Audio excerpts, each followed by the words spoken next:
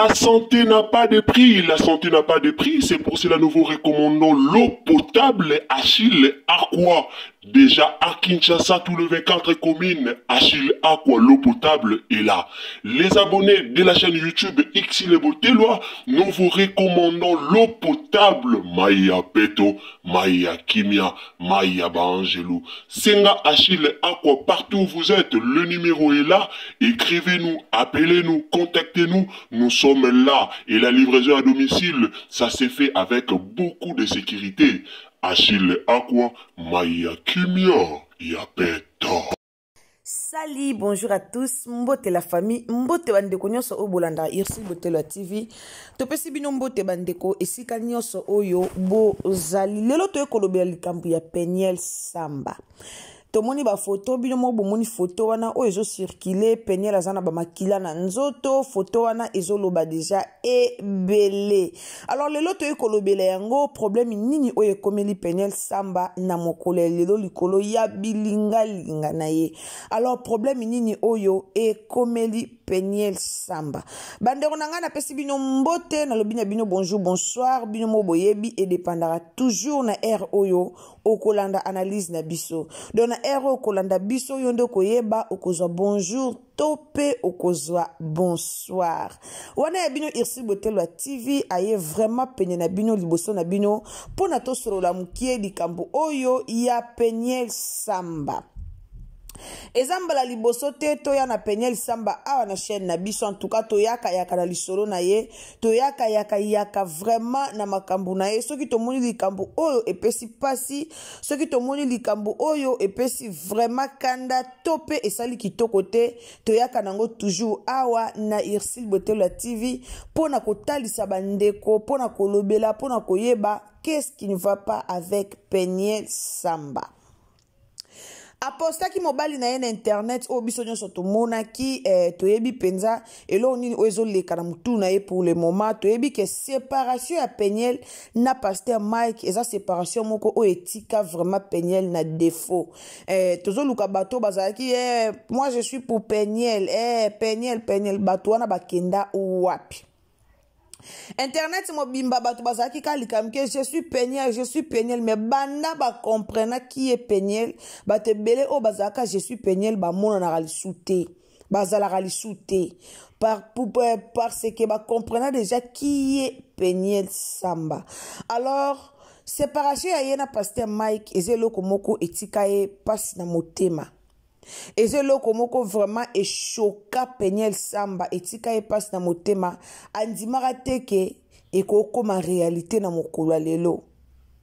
Pourquoi to lobaka ke Peniel andimara telo kwani ko komela réalité po to mona ba acte ya Peniel asalaka to mona ba acte na o ya s'affichera beaucoup plus na réseaux sociaux ba acte wana nyonso to mona kango. En tout cas eza pasi bandeko nanga lelo to lali to la muki to yoko koya na photo wana o Peniel azana ba makila partout il paraît-il fiancé na ya sika o azwaki abetie côté mususu balobi ke non asali yango ye moko na nko comme alukaka buzz comme na minute o buzz esili ya ba Instagram ndenga zaki muke a poster ba Deborah Lukalu na Instagram muke a poster Pasteur Mike na Instagram muke a poster ba conversation na bango na Instagram. Alors comme a monike bato bazo kipe yango vraiment lisusu te yango alingi aye la biso méthode ya sika. Bato balobi bongo na sur bayebi Peniel très bien. Bato balobi bongo na sur bayebi vraiment qui est Peniel po. Peniel aluka buzz. Premièrement aluka no buzz. Peniel akovanda kimia te sans que bato balobela ete. Sans que bato balobela ete. Tango toyaka oloba likambo wana na chaîne na biso awa na Irsi Botelwa TV. Nasi batebele baka ate. Eza nango ate lukuta mwasi moko te batebele balobela yango bongo. Batebele balobela yango bongo. Mais toyaka nango na tina Peniel aluka buzz. Peniel internet mobimba déjà eyebi Peniel. Internet mobimba déjà et remarqua que Peniel aza muto aluka buzz. Peniel a kova na un mois te sans qu'internet lobele te au ceinture bien te. Comme un messana déjà que internet faut lobelaye, comme un messana buzz, comme un messana batu faut baya ba lobelaye. Alors Peniel a kova ata 2 minutes ya kimiate. sans que aya lukelo mon internet, sans que aya tout ababordir na internet. To mona e mikolo afongoli TikTok. To mona na TikTok mikolo za mke atie ba photo, mke atie makambo, mke alobi. Auto poster se Rosini Kaiba. Penyel auto poster se Rosini Kaiba pona oloba ke yoku ozano sans tâche.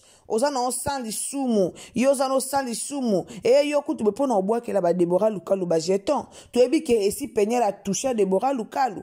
Tu ebi ke Penyel esi a touché Mama Sandra Mboui. Tu ebi ke Penyel a touché bango nyonso wana. Penyel pona ye mutu nyonso abimana Pasteur Mike atanga ba mami lela, atanga ba te bele pona ye mobile na ye bima na batu nyonso. Pona ye mobile na ye asala mabe na batu nyonso. Donc pona ye mobile na ye ameka batu nyonso. Banda Pasteur Mike Kalamba ina Penyel baboyana. Noto mona te peye Pasteur Mike ye na internet abandi koloba loba. Ayaka koloba tope ayaka kokoma kaka soki Penyel abimi. Kaka soki Penyel abimi, kaka soki amoni ki a remarqué que non, Penyel aye alobi likamo esali passe bomona Pasteur Mike aye akomi. Soit bomona ye na prédication na ye boyoki alobi mwelo komo boye ezotala beaucoup plus Penyel. Mais ka pamba boye Pasteur Mike aya vraiment ko agir, aya vraiment koloba jamais to mona on internet. To tikala koyoka tepe to mona te. Penyel a mwasa liboso te o mobala zui bana. A mwasa liboso te o mobala boto libana. A mwasa liboso te o mobala zui bana. Mais souvent batu ming bayaka olobaka awa. Bana, yo zo sentire mobala boto lo bana o yo boti. Penyel a mwasa liboso te. Soki Pasteur Mike Kalamba azui Penyel bana. Azui bana par sentiment te. Ayebi ki e Penyel. Pasteur Mike ayebi ki e Penyel Samba. Ye moko ayebi le pourquoi o azwa bana wana. Ayebi ke bana so baza pa mama bango balinga baza na comportement boy. Balinga baza na comportement boy. Balinga baza na conseil boy. Balinga baza boy. Balinga baza na éducation boy. Ayebi. Et puis Penyel tant mobala azwa ki bana. Série wana zaki d'accord. Mobala zui bana lelo te mobala zwa bana kala. Série au Pasteur Mike Kalamba azwa bana. Penyel azala d'accord. Après lelo azeli libale zonga azeli libale zonga rata azeli libale zonga rate aleba problème e banda.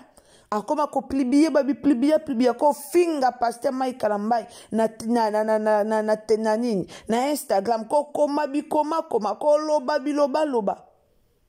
Ko luka osambusa muninga. Koluka oloba makambo o eza kitoko te. Koluka oloba makambo o eza vraiment donc o eza mabe. Na ya lukuta, na ya solo Penyel ayaka na internet. Alors moye bat banzimela lisu na internet ezate. Moye bat banzimela ezate pourquoi lukuta leki. Alobi lukuta trop. Ayena ba lukuta mingi na internet. Nani akondimela ye lisusu?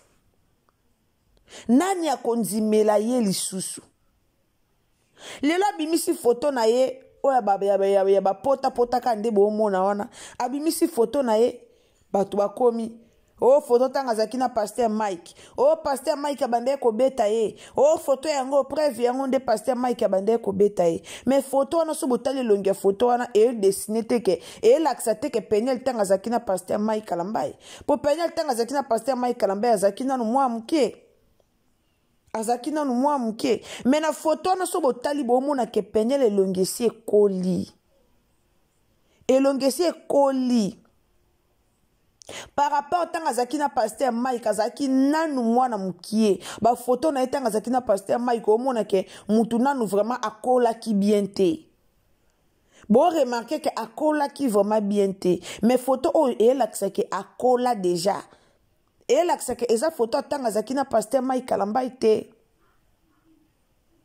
Penyel a capable ya komi zoki sape ye moko. Ami zoki sine ye moko po yo créer base. A capable o salango.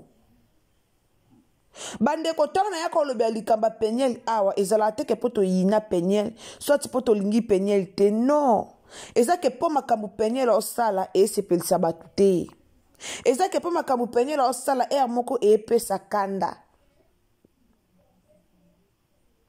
bato ebele bakomprenaka te omona na bolingo soki mwasi na mobali bokabwani soki omoni moto azoposte sans stop elakisi ke aza na bolingo ya mobali wana azano penye ana bolingo ya Pasteur Mike Kalambai makasi so Pasteur Mike Kalambai alobi vraiment que oui atko chaka ki sérieux bazonga na penye bazonga na bango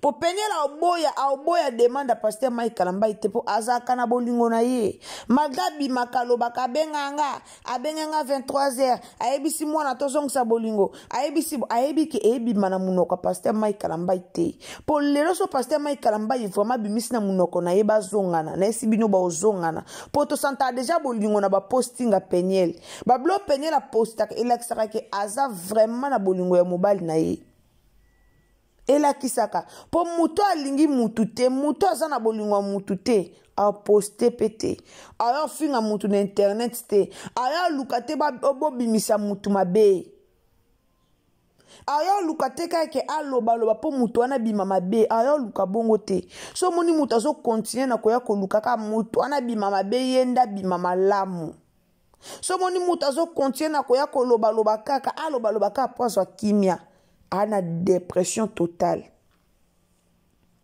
Dépression penyel ti lelo ne silate. Ana dépression. Donc Pasteur Mike Kalambai ya tika penyel na défaut. Batumsu baya baloba abela ka mutu. Ana problème a mutu. Azana boye. Ana boye. Eza dépression o esala kaye e silate. Chaque fois que penyel amona Pasteur Mike Kalambai azana passe na motema. So amoni Pasteur Mike Kalambai a regretta kazana pasi. Andimara te ke relation ne ko kabwana. Me batebele ba yeba ngote boya ko mema masumu na bino pamba. Ya okota libala na bango ya finga Pasteur Mike ya finga ka bomema masumu. Mukolo bo comprendre pourquoi peine la sala ngo bo mema lisu masumu te na vie bo mema masumu pamba peine la non na full bolingo mobile na ye ano na bolingo mobile ne ya makasi mukolo peine na ko stopper ko poster Pasteur Mike bo mona ke peine bolingo eza souté mukolo bolingo esila ye ke bolingo esili ye autika lo poster sur Pasteur Mike Kalambai te apostaka ye par amour au bazaranao et puis Pasteur Mike Kalambai azape na bolingo penyel na vérité na vrai dire ce qui penyel a oya na internet aza ko se monke na pa banda to kabwana bala tie mo pe penyel la balite mais bomoni combien de fiancés na ko ba ku fiancé te pona ba fiancé été bomoni de combien de chéris au penyel la memeli biso na internet combien de chéris banda bakabwana Pasteur Mike combien donc dès que on remplace l'amour par l'amour amona ki ke moteme suka ye malamu sala ka bo pa pesa mobali kanda mobala zongele malamu linga bo pa pesa mobali kanda malamu sala bo mais malgré ça esimbikate bazongani kate lelo sko ekoma ya ba jeton lelo sko ekoma ya kofinga muninga lelo sko ekoma ya mambebele lelo do makambo koma ebele makasi na internet pourquoi abandai ko s'attendre ke bazongana asatanda ke soka bimisi mobali soka sali bazongana mais ba tout comprendre eloko wana te lelo ka biso ba congolais to comment luka ko bebisela Pasteur Mike Kalambai ministère na epona penyel. Mais so Pasteur Mike Kalambai yo loba pona penyel bomona ke aloba ngona douleur na motema akana kati abala po batala mutu mo takana abali après divorcer mutu mo akana ngote surtout kaza serviteur de Dieu akana kabala penyel pour la vie mais tango esimbite bakabwana bango bako ofanda pe bakabwana bango avena ndenge na opa vena ndenge na mais biso de l'autre mona aka penyel batika ye na défaut koya koloba koya kofinga elonya se komela kai yeda otsuka tangi komba Pasteur Mike Kalambai na munoko na ete asantaka mabe penyel soka sali poste te na Facebook a poste te na Instagram a poste te na TikTok pona Pasteur Mike Kalambai ayokaka mabe donc yé poza na kimia yé poza la bien il faut kaka poster Ye po azana kimia, ye po moteme evanda kimia, il faut kaka poster. Et surtout ça kazo poster moni ke pasteur Mike Kalamba ya obete ka vie o kipete. Bo mona mikolona akolandisa ba poste, ako poster, ako finga, ako loba. Eza kitoko mingi te. Eza bien te. Lelo yewane, et comme si na niveau ba pota, ko plibiye, akoki komi zokisa pe ye moko, aye na internet, ateli binyo botala, akoki pozo luka bez, boya olobela eko. Ba je suis Peniel boza wapi, boya osa ba live, boya olobela Peniel. Po binyo bat bo olobela Peniel, binyo bat bo pesa aye mwa teti, boya olobela e. To ina ete to linga ye, a mwa si kitoko me asa makamba malamu. Soko osa makamba malamu ezala bien. Tant que osa makambo zo sepelisa batu te epesa batu kanda. Yango bo mona batu il faut bayaka ba lobela ngo. Il faut bayaka ba lobela epo epesa kanda. Ezo pesa vraiment kanda. Bah je suis Peniel, boya lobela Peniel. Pour ceux qui Peniel en actualité, ceux qui actualité zali pona eso batu ba lobela e ba makambo nyonso ezana ngo lisute. Autika na ekota ba pasteur Mike, autika na e pasteur Mike Kalamba. Mais comme bo lobela ete actualité zate na moment o muto lobela zate bo bando muna kaka bando yaka koloba, abando yaka ko plibier, abando yaka ko koma bikoma kuma surtout na TikTok. Na ebite TikTok wana mutunda zo salela ngo to eza ye moko ka mtosela TikTok wana. So koti na TikTok komaka mu penya 4 omona Peniel obima wana. Babilo komo kezo leka na compte wana na ebite si réellement vraiment ezaka Peniel. Donc si réellement ezaka Peniel to ebite.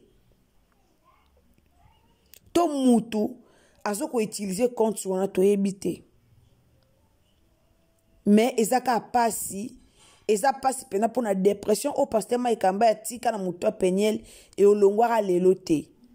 Et olongwara lelo te. Alors photo yango wana balobi ke babeti e pa mobali, koto balobi ke yemo ko mutaplibi yango, koto balobi ke yemo kwa mizokisi. Donc makambo ebele pour na kaka publication moko wana. Mais eloko toyebi Peniel ane pe capable ya komizokisa na ye. Amizokisi na ye pour na buzz. Osala na yango po ya linga ane buzz. Po ya lingane base au sala na yango to bimisaka pasteur Mike Kalamba na ba poste Peniel bozala rateka na bizala likeso ki bomoni Peniel a posté boye directement ko s'attaquer na pasteur Mike Kalamba non bango mi bale bana relation bana bref ane ke pasteur Mike Kalamba ko benga Peniel ezala problème bo ocho mona Peniel a ocho publier ba conversation moko publier il paraît-il la sola ki nande ko pasteur Mike Kalamba a benga ka epona mamba bana mais a benga ka beaucoup plus n'impolitesse et ndeko wana réclama ki tango benga ngai o ezaka téléphone bana teza téléphone nga benga ka avec respect. Benga ka avec respect pour ezaka téléphone bana te mais bomoni message bomoni réponse à Peniel.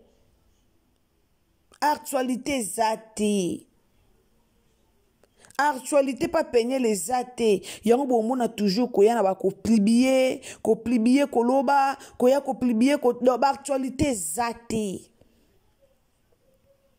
Peniel a lisu na ba actualité te. Alors to sengi kana bato bolobela ka s'il vous plaît bobima bolobela Peniel pour atika nando ba bloko yo azo sala. Merci na bandeko nanga bolandaka biso, merci na bato bolinga Ursule Botelo TV, merci na bato bolandaka biso. En tout cas, bo continuer ko partager, bo continuer ko s'abonner, bo continuer ko aimer et ozala malamu mingi. Histoire ya Peniel na fiancé na o total ngo kana musika lo wanda ko ezo zika. Mais bo bimisa vraiment pasteur Mike Kalamba beaucoup plus na ma ba Peniel po depuis ba boya na ça déjà bané et belé mais le Peniel la kangamaka pasteur Mike Kalamba ata pasteur Mike Kalamba le bazong c'est le Peniel bana Peniel au kangamaka pasteur Mike Kalamba ye koma kaka ombongo bana obwe ezaka pasi pe mawa ndeko kotimba liboso na chaîne na biso en tout cas au s'abonner, commenter, au liker, au partager tant aux s'abonner ko bosa na te cliquer cloche de notification pour que prochainement au tala ba analyse nyonso oyo tokoyela bino a na chaîne na biso Ursule Botelo Botelwa TV. Bo s'abonner, bo partager na Facebook, partager na Messenger, partager na WhatsApp, partager partout. Nzambalola ako pambola yo. Ngana bino tokutani à la prochaine occasion. Ce qui est sous azongite. Zalaka motema malamu ya otela nga ba j'aime vimba. Boyebi ke Irsil Botelwa TV alingara beaucoup plus ba j'aime et vimba. Bisous, bye. La santé n'a pas de prix, la santé n'a pas de prix, c'est pour cela nous vous recommandons l'eau potable Achille Aqua. Déjà à Kinshasa, tout le 24 communes, Achille Aqua, l'eau potable est là. Les abonnés de la chaîne YouTube Irsil Botelwa, nous vous recommandons l'eau potable Maya Peto, Maya Kimia, Maya Bangelou. Senga Achille Aqua, partout où vous êtes, le numéro est là. Écrivez-nous, appelez-nous, contactez-nous. Nous sommes là et la livraison à domicile, ça s'est fait avec beaucoup de sécurité. Achille Aqua, Maya Kimia, Yapeto.